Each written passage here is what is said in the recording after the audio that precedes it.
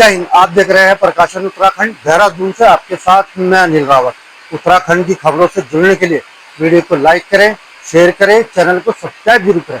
तो आज की जो हमारे पास सबसे बड़ी खबर है वो है गंदा है और धंधा है। हरिद्वार में खून का कारोबार, अवैध ब्लड कैंप का खुलासा, 27 यूनिट रक्त और 2 वाहन बरामद। जल्द हाजिर होता हूँ, देखते रहिए मेरे साथ उत्तराखंड का भरोसेमंद चैनल प्रकाशन उत्तराखंड।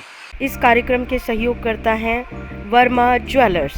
वर्मा ज्वेलर्स, शुद्धता की गारंटी, डोभाल चौक, नेहरू ग्राम, देहरादून। आज है 18 अगस्त 2026, दिन मंगलवार। सबसे पहले मौसम अपडेट। राजधानी देहरादून समेत 6 जिलों में बारिश का येलो अलर्ट। मौसम विभाग के अनुसार उत्तराखंड के कई जिलों में हल्की से मध्यम बारिश या गरज के साथ बौछारें पड़ने की संभावना है। येलो अलर्ट जारी करते हुए मौसम विभाग ने बताया कि उत्तराखंड के देहरादून, उत्तरकाशी, टिहरी, रुद्रप्रयाग, चमोली और बागेश्वर जिलों में कुछ जगहों पर भारी बारिश होने की संभावना है। उत्तराखंड के पहाड़ी जिलों में कुछ जगहों पर बिजली कड़कने के साथ और बहुत तेज बारिश होने की भी संभावना जताई है। राजधानी देहरादून में आमतौर पर बादल छाए रहेंगे। हल्की से मध्यम बारिश या गरज के साथ बौछारें पड़ने की संभावना है। कुछ इलाकों में 1 या 2 दौर भारी बारिश भी हो सकती है। अधिकतम तापमान 31 डिग्री और न्यूनतम तापमान लगभग 23 डिग्री के आसपास रहने की संभावना है। सबसे पहले शुरुआत करते हैं अपराध की खबर से। गंदा है पर धंधा है। हरिद्वार में खून का कारोबार, अवैध ब्लड कैंप का खुलासा, 27 यूनिट रक्त बरामद और 2 वाहन भी पकड़े गए। धर्मनगरी हरिद्वार के लक्सर क्षेत्र में रक्तदान की आड़ में कथित अवैध रक्त संग्रह का मामला सामने आया है। पुलिस ने बिना अनुमति ब्लड डोनेशन कैंप लगाकर रक्त एकत्र करने के आरोप में अनित सैनी, शुभम कुमार, दुष्यंत कुमार, काविंदर कुमार और दया सिंह समेत 5 लोगों को गिरफ्तार किया। मौके से 27 यूनिट ब्लड और 27 खाली ब्लड बैग, ब्लड कलेक्शन उपकरण और 2 वाहन बरामद किए। पुलिस को सूचना मिली कि कुछ लोग गांव देहात में बिना आवश्यक अनुमति के ब्लड डोनेशन कैंप लगाकर लोगों से रक्त एकत्र कर रहे हैं।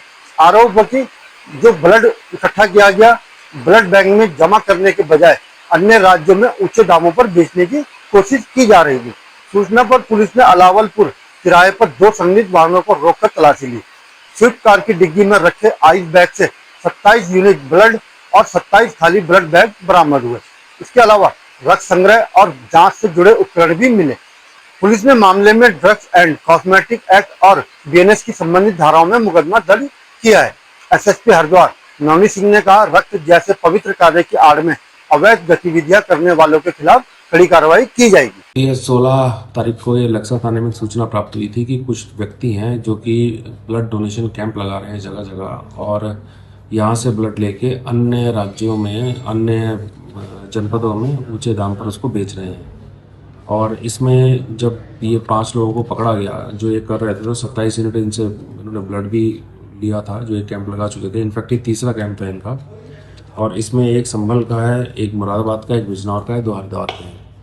और इसमें पूछताछ से ये पता चला कि यहाँ से ये ब्लड लेते थे तो 1 यूनिट को 8-8 हज़ार तक का ये बिजनौर में बेच रहे थे। और इसमें ये एक सर्टिफिकेट देने का था कि आपको ब्लड की आवश्यकता होगी तो वो दे देंगे, वो भी फेक था। और इनका एक स्कॉर्पियो गाड़ी मिली जिसमें कि इन ब्लड से संबंधित सारी किट, उसमें 27 जैसे मैंने बताया यूनिट्स मिली हैं, कुछ खाली बैग्स मिले हैं और बाकी जो इक्विपमेंट्स जो होते हैं ब्लड डोनेशन कैंप के लिए वो इनके पास थे। इनके खिलाफ मुकदमा लिखा जा चुका है और ये हमारा धारा 18C 27 drugs and cosmetic act और 1816 एक बीएनएस में। और फिलहाल इनको हिरासत में ले लिया गया, जुडिशियल कस्टडी के लिए कोर्ट में पेश किया जा रहा है। और इस संबंध में विस्तृत रिपोर्ट बनाकर जो हमारे मुख्य चिकित्सा अधिकारी हरिद्वार हैं उनको प्रेषित की जा रही है। अब खबर राजनीति की। तो क्या उत्तराखंड भाजपा में बगावत की शुरुआत हो रही है? बागी यदि कांग्रेस में आए तो क्या होगा? कांग्रेस प्रवक्ता गरिमा दसोनी इस बारे में बता रही हैं। आज से नहीं, बहुत लंबे समय से बगावत हो रही है और यही होगा जब दूसरे दलों के नेताओं को ला कर अपने मूल कार्यकर्ता के सर पर नाचने के लिए छोड़ दोगे तो यही होगा।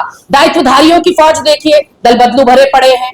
अपने विधायकों में देखिए, दल बदलू भरे पड़े हैं। अपने कैबिनेट में देखिए, दल बदलू भरे पड़े हैं। तो जब आप अपने मूल कार्यकर्ता का वजन नहीं समझेंगे तो यही होगा जो आज भाजपा में हो रहा है। आज जो एक पौड़ी गढ़वाल से कार्यकर्ता आया, उसने मुख्यालय में प्रेस वार्ता की है और उसने बताया है कि कितने झोल सरकारी नीतियों में हो रहे हैं, सरकारी योजनाओं में हो रहे हैं। अंतिम पायदान पर पड़े हुए व्यक्ति को नहीं मिल रहे हैं ये सरकारी योजना। उसने कहा फर्जी बना हो रहा है, करोड़ करोड़ के फर्जी बिल लगाए गए हैं। और ये पहला व्यक्ति नहीं है जो बगावत कर रहा है। इससे पहले अरविंद पांडे को आपने सुना, मुन्ना सिंह चौहान को आपने सुना, त्रिवेंद्र रावत जी को आपने सुना, बलूनी जी को आपने सुना, चुफाल जी को आपने सुना।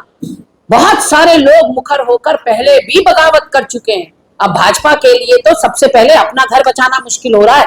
अंदरूनी कला, अंतर्द्वंद और अंतर विरोध से जूझ रही है भाजपा। सिर्फ फुटअव्वल हो रहा है भाजपा के अंदर। इसीलिए तो ये जो पुलिस वालों के पदकों के नाम नहीं भेजे जा सके, क्योंकि ये साधने में ही लगे रहे। पुष्कर सिंह धामी जी कभी किशोर उपाध्याय जी और सुबोध उनियाल को बैठा के पैचअप करा रहे हैं, महेंद्र भट्ट कभी दूसरे गुट को पैचअप करवा रहे हैं। तो इसमें जो असली काम है वो नहीं हो पा रहे। तो कुल मिलाकर बहुत ही हास्यास्पद सी स्थिति बनी हुई है और कार्यकर्ता आज सोचने पर मजबूर है भाजपा के अंदर कि क्या हम जिंदगी भर दरी बिछाने के लिए, भीड़ लाने के लिए कुर्सी लगाने वाले बने रहेंगे और जो सजी सजाई थाली है वो दल बदलू खा जाएंगे। देखिए, ये फैसले शीर्ष नेतृत्व लेता है। उसके लिए हमारे चुनाव प्रबंधन समिति के अध्यक्ष हैं, चुनाव अभियान समिति के अध्यक्ष हैं, हमारे माननीय प्रदेश अध्यक्ष हैं, हमारे नेता प्रतिपक्ष हैं, हमारे प्रदेश प्रभारी हैं, हमारे CWC के मेंबर्स हैं। तो ये सब लोग बैठकर इस विषय में मंथन करते हैं और जो भी उनका फैसला होगा वो एज अ कार्यकर्ता हमें शिरोधार्य होगा। लेकिन अगर मेरा व्यक्तिगत मत माने आप, तो जो इस तरह के जयचंद होते हैं, जो अवसरवादी लोग होते हैं, लालची लोग होते हैं, जो चुनावी बयार देखकर इस तरह से फ्लिप फ्लॉप करते हैं, उनको लेने से पार्टी को कोई फायदा नहीं होगा। क्योंकि जिसने एक बार पार्टी को दगा दिया है वो बार बार देगा। विश्वासघात कोई छोटी चीज नहीं है। एक क्रेडिबिलिटी और विश्वसनीयता इंसान की खत्म होती है, जो वो अपनी खत्म कर चुके हैं दल बदल करके। और अब अगर कांग्रेस पार्टी उनको वापस लेती है तो मुझे लगता है कि कार्यकर्ताओं का मनोबल एक बड़े पैमाने पर गिरेगा।